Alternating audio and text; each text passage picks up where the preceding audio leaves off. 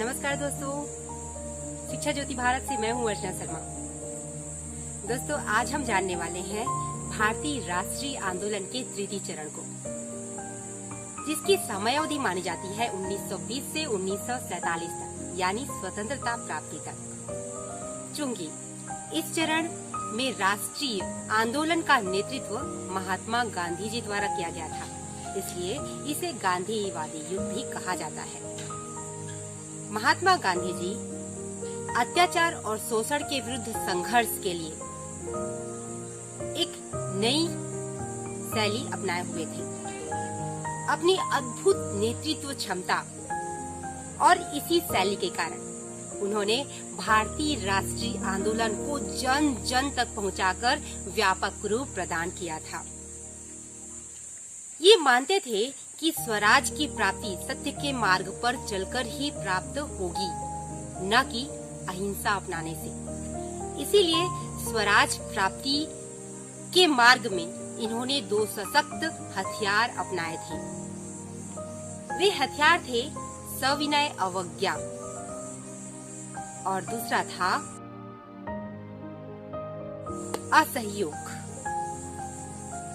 जो अन्याय करते हैं उनका सहयोग ना करो और न्याय के विरोध करने वालों की अवज्ञा करो, उनका कहना ना मानो। तो ये थे उनके सशक्त हथियार, जिनका उपयोग कर वो अंततः भारत को स्वाधीनता दिलाने में सफल हुए। तो चलिए बढ़ते हैं उनके द्वारा किए गए आंदोलन की ओर और जानते हैं कि गांधीवादी युग में ऐसे कौन कौन से आंदोलन हुए जिससे हमें स्वतंत्रता। गांधी जी ने संपूर्ण भारत का भ्रमण करके भारतीयों की दशा का अध्ययन किया। इसलिए उन्होंने किसानों, मजदूरों एवं दलितों की समस्याओं को उठाया। गांधी जी लोगों की छोटी छोटी किंतु महत्वपूर्ण समस्याओं को हल करने के लिए आंदोलन किया करते थे। गांधी जी के नेतृत्व में हजारों लाखों की संख्या में लोग ब्रिटिश सरकार की नीतियों के विरुद्ध आंदोलन के लिए निकल पड़े। आइए यह जानें कि गांधी जी के नेतृत्व में मुख्य रूप से कहां-कहां सत्याग्रह किए गए थे। चंपारण सत्याग्रह। बिहार अंचल के चंपारण जिले में अंग्रेज जमींदारों द्वारा किसानों को नील की खेती करने के लिए विवश किया जाता था। अंग्रेज किसानों को जबरदस्ती नील उगाने के लिए बाध्य करते थे, जबकि इनका किसानों के लिए कोई उपयोग नहीं था। अतः नील उगाने को मजबूर किए जा रहे किसान कई बार विरोध करते थे। अंग्रेजों के अत्याचार से किसानों को मुक्त कराने के लिए गांधी जी ने चंपारण जाकर सत्याग्रह किया। आखिर में सरकार ने अंग्रेज जमींदारों द्वारा जबरदस्ती नील की खेती कराने की प्रथा को रद्द किया।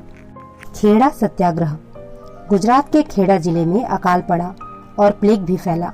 फलस्वरूप लगान चुकाना किसानों के लिए असंभव हो गया। खेड़ा जिले में लगान बंदी के लिए आंदोलन हुआ। गांधी जी के नेतृत्व में किसानों ने यह आंदोलन किया। सरकार को झुकना पड़ा और अंततः लगान माफ कर दिया गया। मिल मजदूर आंदोलन सन 1918। लगातार महंगाई बढ़ते जाने पर भी अहमदाबाद की सूती कपड़े के मिलों के मजदूरों के वेतन में वृद्धि नहीं की जा रही थी और उन्हें बोनस भी नहीं दिया गया था। गांधी जी ने मजदूरों के समर्थन में आंदोलन किया, अतः मालिकों को हार माननी पड़ी।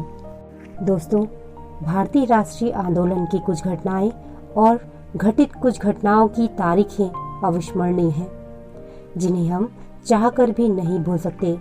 ऐसी ही एक तारीख है 13 अप्रैल सन 1919, जिसमें जालियांवाला बाग हत्याकांड हुआ था। इस हत्याकांड ने संपूर्ण देश को झकझोर कर रख दिया था। साथ ही इस घटना से अंग्रेजों के घिनौने चेहरे भी सामने आए थे। रॉलेट एक्ट के विरोध में पंजाब में अधिक उग्र आंदोलन प्रारंभ हो गए थे, इसलिए सरकार का दमन चक्र तेज हो गया।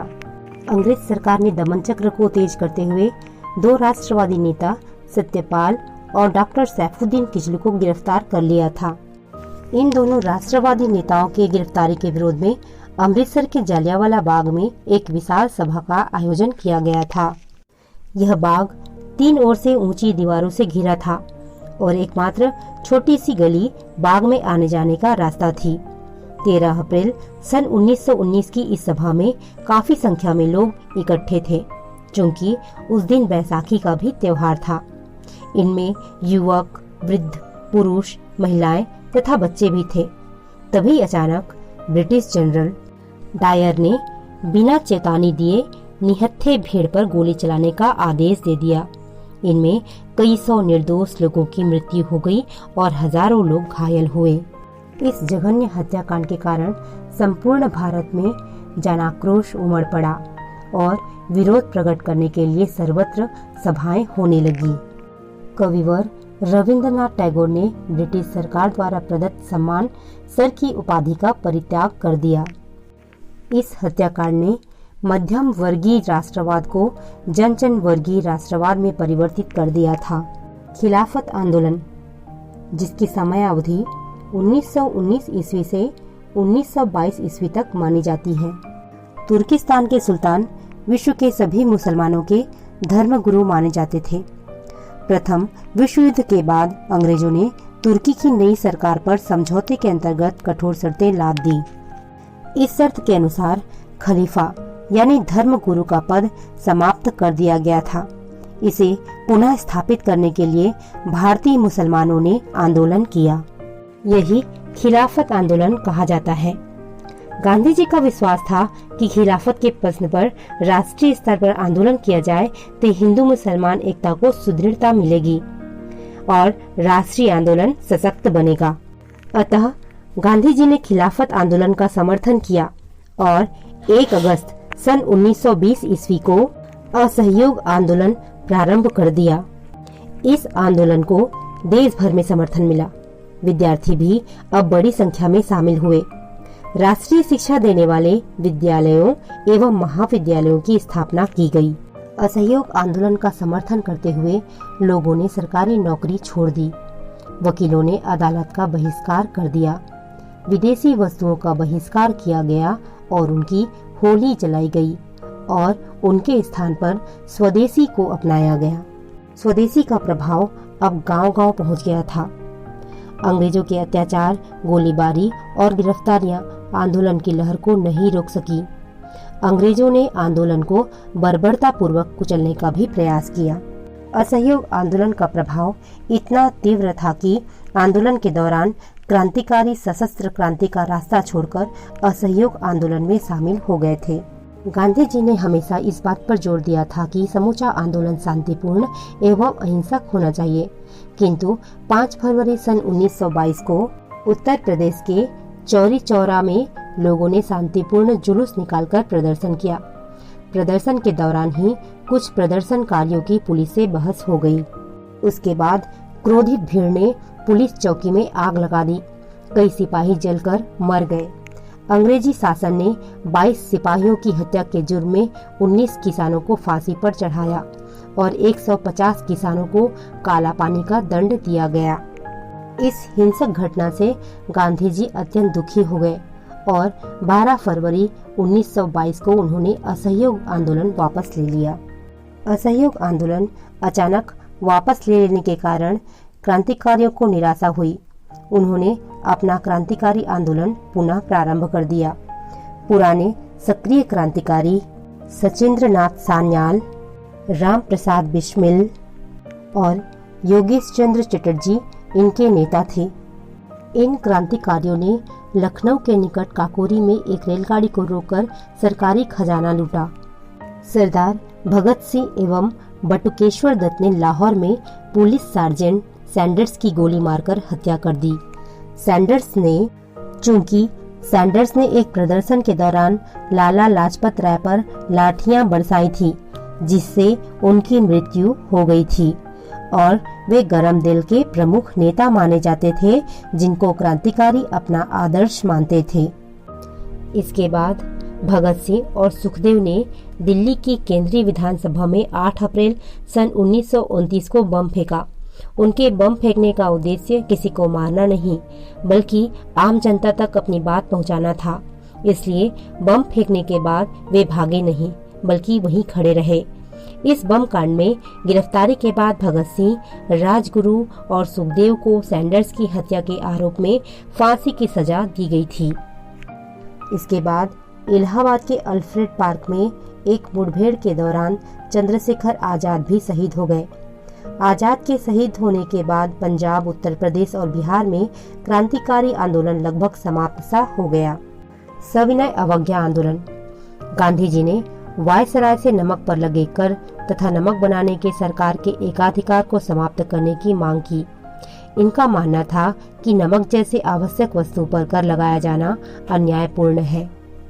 इस आंदोलन के पीछे गांधी जी का उद्देश्य था ब्रिटिश सरकार के सभी अत्याचारों एवं अन्यायपूर्ण कानूनों की अवहेलना करना। गांधी जी ने 78 कार्यकर्ताओं के साथ साबरमती आश्रम से समुद्र के किनारे दांडी नामक स्थान की ओर प्रस्थान किया। 385 किलोमीटर की इस पदयात्रा में असंख्य कार्यकर्ता उनसे आ मिले। अंततः 6 अप्रैल सन 1930 को दांडी पहुंचकर समुद्र तट में नमक बनाकर उन्होंने कानून भंग किया। इसके पश्चात ही देश भर में कानूनों की अवज्ञा का आंदोलन प्रारंभ हो गया। इस मध्य संपूर्ण भारत में क्रांतिकारी गतिविधियां निरंतर होती रहीं। राष्ट्रीय नेता भूमिगत होकर कार्य संचालित करने लगे। नेताजी सुभाष चंद्र बोस ने फॉरवर्ड ब्लॉक नाम से युवकों का संगठन स्थापित किया तथा कालांतर में त्वरित कार्यवाही हेतु आजाद हिंद फौज का गठन किया।